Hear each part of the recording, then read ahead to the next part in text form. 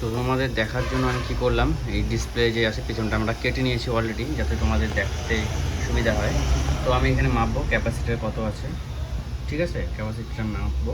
Plus এখানে আমরা ক্রিস্টলটা যেটা আছে ক্রিস্টলটা চেঞ্জ করবো। ক্রিস্টলে চেঞ্জ করা আমাদের মেন কাজ, ঠিক আছে। তবু এখানে আমরা ক্যাপাসিটারের যে সাপ্লাইটা আছে সেই সাপ্লাইটা দেখিয়ে দেবো। যদি ক্যাপাসিটারের সাপ্লাই ঠিক থাকে তাহলে আমরা ডাইরেক্ট এই ক্রিস্টলটা চেঞ্জ করে দেবো।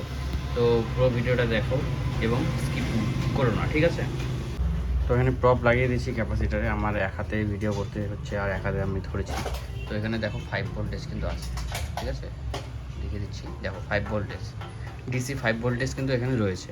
ডিসি 5 ভোল্টেজ রয়েছে মানে পিসিবি এখানে সাপ্লাই আসছে, আমার মেন যে পাওয়ার সাপ্লাই আছে, এই যে মেন যে বোর্ড আছে সেই বোর্ডটা ঠিক আছে, এই ডিসপ্লে পিসিবির মধ্যে সমস্যা। তো আমি ডাইরেক্ট ক্রিস্টলটা চেঞ্জ করে দেবো আর তোমাদের দেখাবো যে পিসিবি চলে কি চলে না। ওকে, তো বন্ধুরা দেখো এখানে আমি ক্রিস্টাল লাগিয়ে দিয়েছি, এখানেই শুধু কাজ করা হয়েছে, তোমরা দেখতেই পাচ্ছ ক্রিস্টাল লাগানো হয়েছে। তো আমি স্টার্ট করছি, লাইন দিয়ে দিচ্ছি, লাইট জ্বলে গেছে, সুন্দর চলে আসছে। টোটাল ওয়ার্কিং হচ্ছে, টোটাল কাজ করছে,